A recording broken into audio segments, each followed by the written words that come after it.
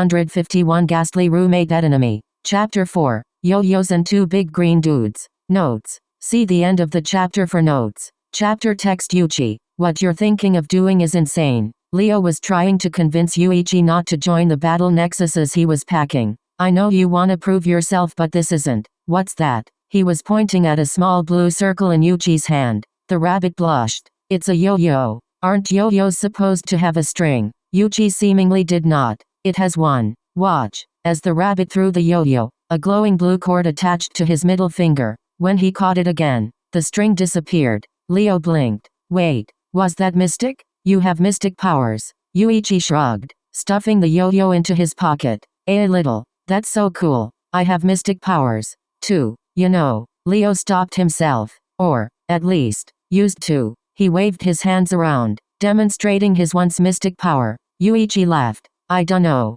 Being able to pass through things and turn invisible is pretty cool. Not when your own family can't see you, Leo thought. Yuichi tossed his bag over his shoulder, ancestral katanas clanking together. Okay, my ghostly companion, he said, turning around. Let's go seek out this death coliseum. Dude, you're lost. They'd passed the same lamppost at least 4 times in a row, yet Yuichi kept insisting he knew where he was. I'm not, the aforementioned rabbit protested. I'm taking the scenic route. He fussed with the flyer he was holding for the 15th time, checking the map on the back. Yeah, well, I've seen that graffiti 50 times now. Leo waved his spectral hands toward the art on the underground alley wall. That was a shitty pun. You're a shitty navigator. Yuichi huffed. Fine, you get us there, then. I would if I could still teleport, but I'm dead. Leo grumbled. You could teleport. Yuichi looked amazed. I mentioned I used to have mystic powers, didn't I? Leo gloated. But that's not important right now. He tapped his foot. It's the biggest building in the hidden city. It can't be that hard to find. Maybe I can get an aerial view. Yuichi watched as his companion floated into the air. This part of the city was oddly quiet. Usually, yokai were out all 24 hours of the day, but here it was only him and Leo. It felt off. There weren't even any other spirits hanging around. Hopefully his friend would be able to find them a way to the arena, because Yuichi was beginning to feel out of sorts standing in this alley. Hey, I found it, Leo called, floating back down, just about a half-mile down the road to the right. Good, Yuichi sighed. Let's get there fast. I have a bad feeling about. Hey, Cottontail, a gruff voice called behind the pair, making Yuichi's ears stand up. He slid his foot back and turned around. The man standing before him was, wow, he had to be at least 10 feet tall. Red, spiky hair rose up on either side of his green scalp, and a sharp snaggletooth jutted out in front of his upper lip. He wore tattered clothes and bandages all up his arms. Honestly, it was a terrifying moment, but all Yuichi could think to say right then was, hey, you kinda look like Shrek. The comment sent Leo into a fit of laughter, but tall Shrek didn't seem to like the name very much. My name is Heinous Green, he roared, and charged at the rabbit. Kinda on the nose, Yuichi thought, dodging tall Shrek's attack. What kinda name is that? Shrek is way better. Shrek roared again, turning and charging at him for the second time. Yuichi threw his bag to the side, simultaneously pulling his yo-yo out of his pocket. As heinous Shrek charged at him, Yuichi stepped out of the way just in time, swinging his yo-yo at the attacker as he ran past. The glowing blue string wrapped around the big green monster, ensnaring him in a net of light. When Shrek hit the ground, Yuichi tugged back on the yo-yo, causing his prisoner to burst into a cloud of glitter. As he caught the yo-yo in his hand, he looked over at Leo, who was gaping at the glitter falling to the ground in a heap.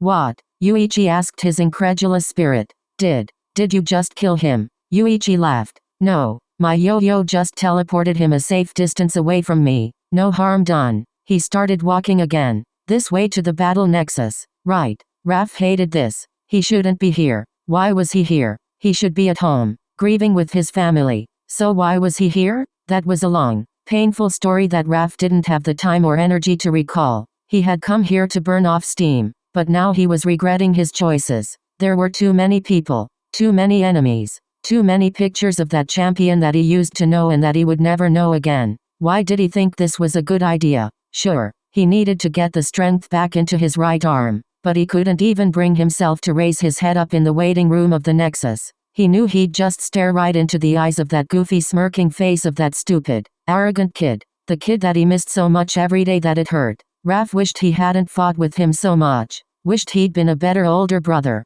Maybe then he wouldn't have. Stop it, Raph. He slapped himself. You're thinking again. Stop thinking about things you can't fix. Still, some days he swears he can hear his voice, ringing in his head like church bells. But what are church bells to an atheist? Even now, he swears that's his voice, calling out to him in his head.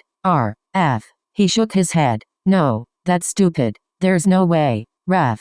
But it sounds so real. Raph. He stood up. That was definitely his voice. It felt like his brother was mind melding with him. But that's not possible.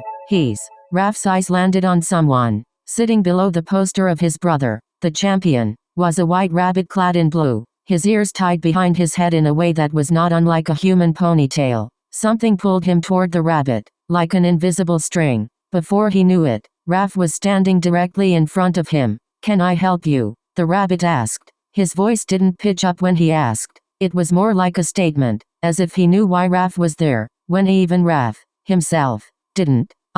No, never mind. It's stupid. Raph started to turn away. Your brother is right next to me, the rabbit said. This made him stop. What? The rabbit's eyes darted around the room, never fixing on the turtle. Leo. The name hit him like a stab to the heart. Raph had never met this rabbit yokai in his life, and yet, he knew the name of his dead brother. How? Raph tried to ask, but it came out more as a squeak. The rabbit pointed to his right, but there was no one there. I can talk to him. A sharp laugh made its way up Raph's throat. He's dead. Kid. That's not possible. You're insane. He doubted the words even as they left his mouth.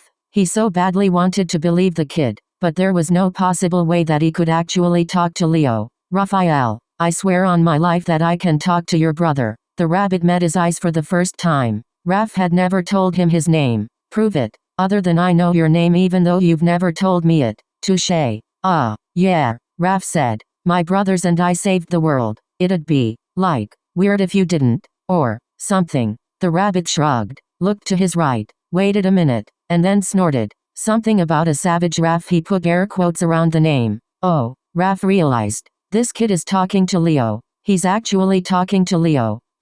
His voice cracked. Come with me. He needed to know more. This couldn't be possible. He needed his brothers to help him figure this out. Who was this rabbit? Was he actually talking to Leo? And if not, how did he know so much about their family? If so, Raph didn't know what to do. If so, maybe his dad would know what to do. Notes. Bro time. Sorry this chapter took so long to come out. LOL. Writing inspo comes in random spurts. Anyways, you guys should follow my socials. Insta, @Edenemy Art. Tumblr, @Edenemy Art. TikTok, @KiluaFrogs.